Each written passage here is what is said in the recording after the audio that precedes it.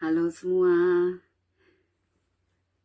hari ini kita akan kembali sama-sama membaca di Yohanes pasal ke-9 dari ayat yang ke-1 sampai ke-12. Maaf kalau hari ini suara saya agak bindeng, mudah-mudahan gak mengganggu buat kalian yang mendengarkan. Ya lagi pilek. Oke, kita doa dulu ya sama-sama. Bapak Surgawi, terima kasih untuk hari yang indah ini yang Kau berikan untuk kami. Terima kasih karena Engkau selalu memberikan kami kesempatan untuk membaca di dalam firman-Mu, untuk supaya kami bisa lebih mengenal-Mu, Tuhan, mengenal akan kehendak-Mu. Tuntun kami hari ini, Roh Kudus, tunjukkan kebenaran yang sesungguhnya, supaya kami boleh semakin mengerti. Terima kasih Tuhan untuk saat ini, dan kami serahkan hidup kami ke dalam tangan-Mu, biar hanya kehendak-Mu yang jadi hari ini Tuhan. Amin. Oke, Yohanes pasal yang ke-9, kita mulai sama-sama. Waktu Yesus sedang lewat, ia melihat seorang yang buta sejak lahirnya. Murid-muridnya bertanya kepadanya, "Rabi, siapakah yang berbuat dosa? Orang ini sendiri atau orang tuanya, sehingga ia dilahirkan buta?" Jawab Yesus, "Bukan dia dan bukan juga orang tuanya, tetapi karena pekerjaan-pekerjaan Allah harus dinyatakan di dalam dia. Kita harus mengerjakan pekerjaan Dia yang mengutus aku selama masih siang, akan datang malam, di mana tidak ada seorang pun yang dapat bekerja. Selama aku di dalam dunia, akulah terang dunia." Setelah ia mengatakan semuanya itu, ia meludah ke tanah dan mengaduk ludahnya itu dengan tanah, lalu mengoleskannya pada mata orang buta tadi, dan berkata kepadanya, "Pergilah, basuhlah dirimu dalam kolam Siloam." Siloam artinya yang diutus. Maka pergilah orang itu. Ia membasuh dirinya lalu kembali dengan matanya sudah melek. Tetapi tetangga-tetangganya dan mereka yang dahulu mengenalnya sebagai pengemis berkata, "Bukankah dia ini yang selalu mengemis?" Ada yang berkata, "Benar, dialah ini." Ada pula yang berkata, "Bukan, tetapi ia serupa dengan dia." Orang itu sendiri berkata, "Benar, akulah itu." Kata mereka kepadanya, "Bagaimana matamu menjadi melek?" Jawabnya, orang yang disebut Yesus itu mengaduk tanah, mengoleskannya pada mataku dan berkata kepadaku, "Pergilah ke Siloam dan basuhlah dirimu." Lalu aku pergi, dan setelah aku membasuh diriku, aku dapat melihat. Lalu mereka berkata kepadanya, "Di manakah dia?" Jawabnya, "Aku tidak tahu." Oke, sampai di sini ayat ke-12. Jadi Tuhan Yesus barusan melakukan mujizat lagi. Maaf. Jadi ada orang buta di sini, kita lihat dia itu buta sejak lahir. Jadi ternyata banyak bukan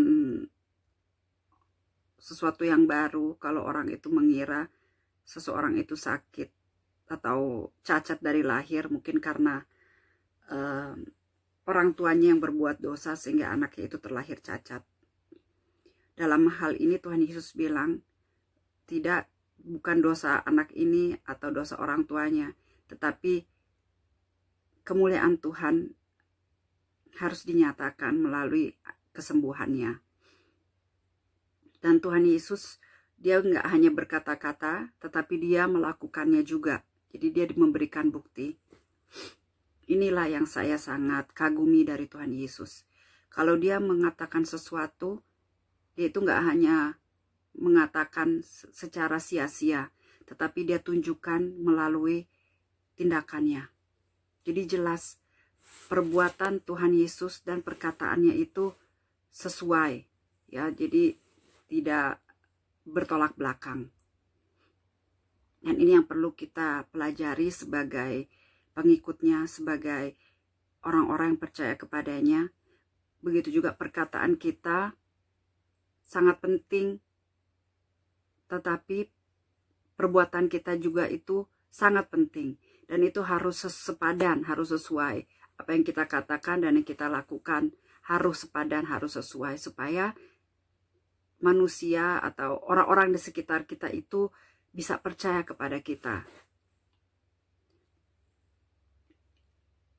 Oke, dan setelah Tuhan Yesus mengoleskan tanah yang sudah diaduk campur dengan ludahnya, jadi kalian bisa bayangkan Tuhan Yesus meludah ke tanah, dicampur, jadi olesan, terus ditaruh di mata orang buta itu. Saya nggak tahu ya, bisa ngebayangin gimana murid-muridnya itu yang menyaksikan, bilang dia ini ngapain gitu kan. Tapi mereka nggak bilang apa-apa, jadi mereka hanya menyaksikan. Dan Tuhan Yesus bilang ke orang buta ini, dia harus pergi ke kolam Siloam. Jadi orang buta ini melakukan apa yang dikatakan Tuhan Yesus, dia percaya aja. Jadi dia nggak tahu apa ini yang ada di mata yang lengket-lengket. Kan dia kan nggak lihat waktu Tuhan Yesus bikin itu. Dan dia pergi ke kolam Siloam karena dia dia percaya apa yang Tuhan Yesus katakan. Dia turuti. Dan alhasil karena dia taat, dia percaya, dia menerima kesembuhan itu. Dia akhirnya bisa melihat. Ya, jadi jelas bahwa kalau kalau dalam kehidupan kita ambil dari ayat ini, apa yang Tuhan Yesus katakan kepada kita rasakan itu dalam hati kita, bahwa ini yang harus aku lakukan, bahwa inilah yang Tuhan inginkan aku lakukan. Jadi meskipun mungkin gak masuk di akal, mungkin juga buat orang buta ini yang tadinya berpikir, oke, kemungkinan ini pikiran saya aja. Nggak tahu apa yang dia taruh di mataku, dan sekarang dia suruh aku ke kolam, suruh dibasuh. Dia saat itu mungkin nggak mengerti, tapi tetap dilakukan. Jadi begitu juga untuk kita. Mungkin saat Tuhan berkata di hari kita nggak masuk akal, atau kita belum mengerti. Tapi lakukan aja, taat aja. Nanti kita bisa melihat hasilnya, bahwa itu untuk kebaikan kita sendiri. Seperti untuk kebaikan orang buta ini yang akhirnya bisa melihat karena dia taat. Begitu juga untuk kita. Kalau kita mau taat apa yang Tuhan sudah katakan kepada kita, pasti kita akan memetik hasil buah yang sangat baik untuk diri kita sendiri. Ya, jadi menurut saya yang perlu kita renungkan dari ayat ini adalah, marilah kita mau percaya apa yang Tuhan Yesus katakan dan kita mau taat. Maka kita sendiri yang akan merasakan berkat dari perkataan Tuhan Yesus sendiri, dari ketaatan kita, karena kita percaya. Oke, jadi sampai di sini dulu. Jadi besok kita lanjutkan di ayat yang ke-13.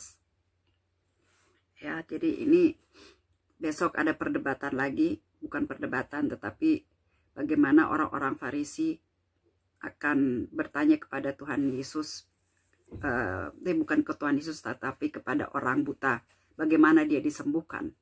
Ya, oke. Aduh, mohon maaf hidung saya.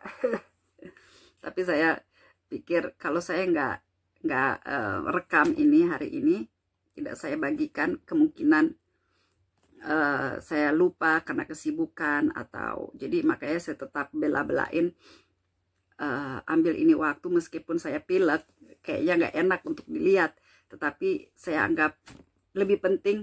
Saya berharap ini tidak mengganggu kalian. Saya harap yang kalian ambil hikmat dari pembacaan hari ini. Oke, Tuhan berkati. Sampai besok, dadah.